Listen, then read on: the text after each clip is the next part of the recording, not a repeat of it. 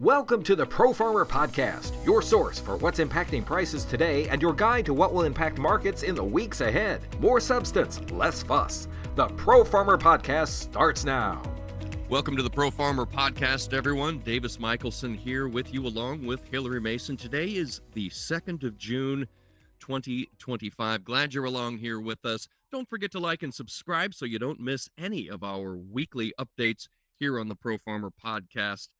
Looking over last week's market action, Hillary Mason, glad to have you here with us this morning. Good morning. Hope all is well. Last week, I don't know, it was a short week for us. We had the flip of the calendar to June.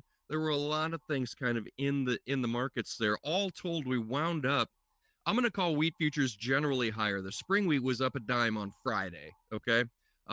From there, corn lower. Soybeans lower. It looks like even cotton was lower. Cattle was lower on the close on Friday. And then June lean hogs saved the day. A nice little rally in the hog market on Friday there. Talk to us about last week, about some of the, the flip of the calendar, maybe how big a deal was that to last week's market action. Hillary Mason, your thoughts? Well, last week was kind of a brutal episode to watch. Fund managers continued to drive corn and soybeans lower. And wheat really finally had its day. Funds decided to cover shorts just because the initial spring wheat rating was shockingly low, second lowest of all time, I believe. And winter wheat ratings also declined. So we've got some short covering interest there, though funds still remain heavily short in the wheat markets. But yeah, just really kind of beating the corn and soybean markets down last week. That was kind of the theme. And again, it was brutal. It was brutal to watch for sure. Fundamentally, we've talked about the health of the corn and soybean markets just generally over the last few weeks. Has some of that fundamental foundation come out of these markets here? Is this a fund? Are these funds just moving money around? What gives? Yeah, I think the fundamentals remain. The planting season is on the downhill slide here, and the growing season starting. And there's a lot of unknowns and uncertainty that still loom pretty significantly, and so the fundamentals still remain. I think that a lot of the trade back and forth, the tit for tat stuff, the uncertainties, the unknowns around that are causing the fund managers to have short interest at this point in time. Yeah, for sure. When you look out your window in your area there, just give us your little mini windshield tour. How do the crops look where you're located? It was a pretty rough start.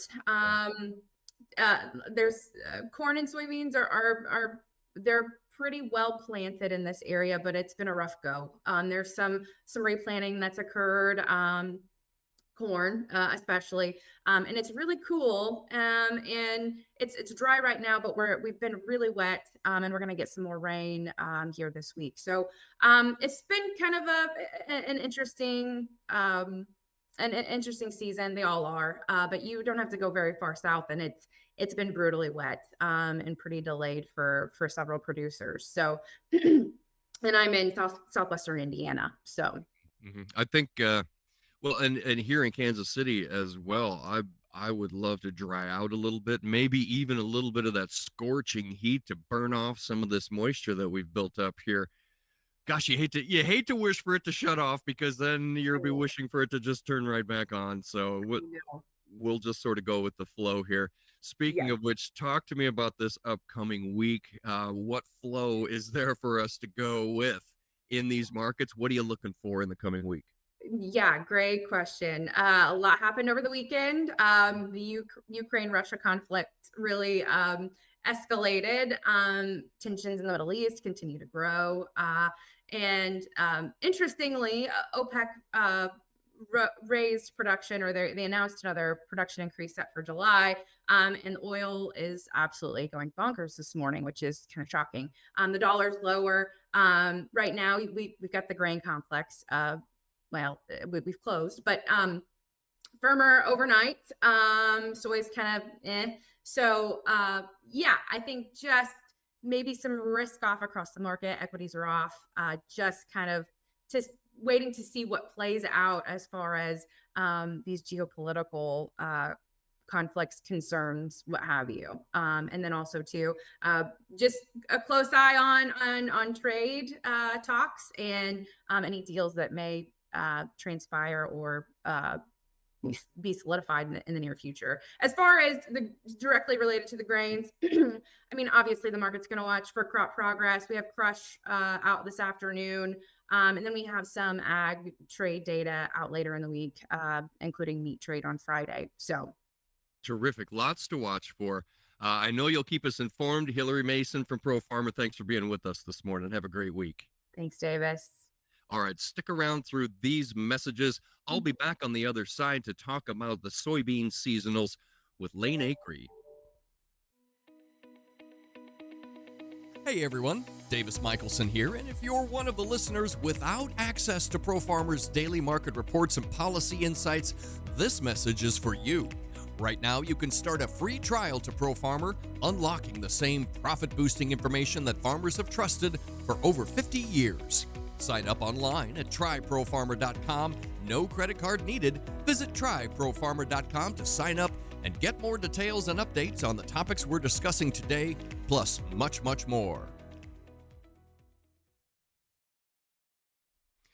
And welcome back to the Pro Farmer Podcast. Davis Michelson here with Lane Acree. Lane, the soy complex was a bit of a rodeo in last week's market action. We had meal and oil all over the place, and we've seen that the soy, oil, and meal kind of bat the bean market around as volatility has come into that market there.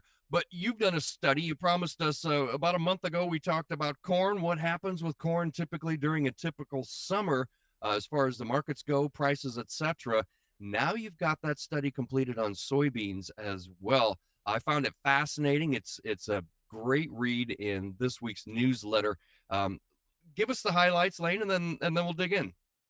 Yeah, so we wanted to look at some opportunities that we get throughout the growing season to advance sales. And like you said, last week, about a month ago, we did corn, and all but 7 years since 1981 have seen summer rallies in the corn market, and that's all but 4 years in the soybean market. So soybeans generally see some type of strength throughout the summer growing season, and to classify a rally in beans, we use June 1 as opposed to May 1 in corn, and that's due to soybeans generally being planted later than corn. That tendency has shifted somewhat in these last few years, and we'll have to evaluate that at some point in the future. But right now, we're still using June 1 as our start date for beans. So the last time that we didn't see a summer rally in beans was 2014. So last year we didn't see a summer rally in corn, but we did see one in beans pretty late in the season. It didn't start until August. But yeah, very persistent. Pretty rare to not to see it, especially with downtrodden markets like we've kind of seen recently. For sure. Well, and I have it here from your article. Only 4 years since 1980 have failed to produce a summer rally in November futures. Now, some of those rallies I would assume are a little more exciting than others, but on paper, I like how the setup looks for us for this year as well. What do you think? Yeah, this year's looking pretty good so far.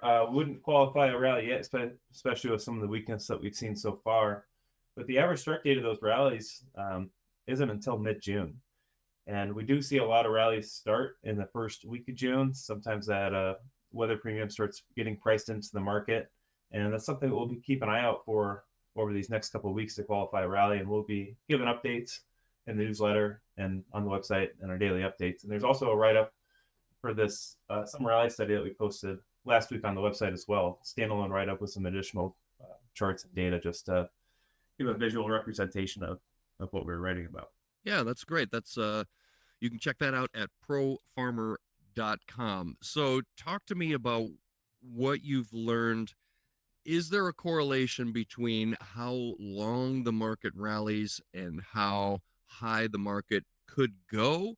Or could we be potentially looking at a real quick flash in the pan, take advantage, and then she's done? What do you think?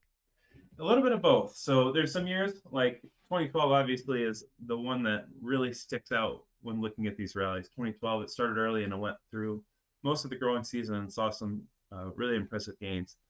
But other years, the rallies are more compact. So one of the ones that we wrote about in this most recent write-up, in 2022, there was an 8-day rally where futures surged 13%. So less than 2-week rally and prices just shot higher. Whereas in 2011, there was a 26-day rally, which prices went up just 7%. And we've seen a little bit more volatility in the marketplace recently. Some of these years, we're not seeing big daily ranges, but like you said earlier, we've been seeing a lot of volatility in oil and meal, which is just drag soybeans around and increase the volatility. So that would make one think that we're going to see more of an explosive rally that may not last as long. But of course, the situation's pretty fluid, and weather being what it is, weather can really drive these markets into more sustained rallies. But we've seen some rains move into the forecast recently. It's probably causing some of that overnight pressure that we saw heading into Monday morning. Lane, you know that I love to ask you unfair questions, put you on the spot on the Pro Farmer podcast here. Pull back the curtain a little bit. Speculation, fair, I get it. What might you be looking for as an indication that this summer's soybean rally is coming in on schedule? What's going to be our early indicators there? Yeah.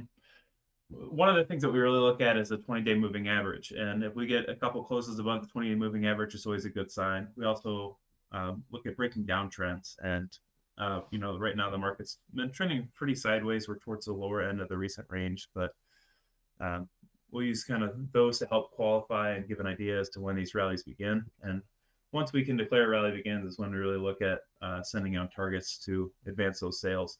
But this year, something that's been just really on our attention is the old crop, new crop spreads. They've been somewhat all over the place, and we've seen a lot of weakness over the last couple of weeks, over the last month, really. And we're seeing a bit of a shift in that to start the week. And if funds are moving in those old crop contracts, that's going to be something that we're going to be keyed in on. But Golden Roll starts next week. We're going to see some increased volatility in those spreads. And if we see more selling of old crop and buying of new crop, that could help push those new crop prices a little bit higher and maybe help qualify a rally. But right now, the old crop weakness has been really disappointing, especially with how well demand has been for both corn and soybeans. And we'll see a little bit of an update of that today with the export inspections report, and then later this afternoon with the production ethanol use. But demand has been strong, and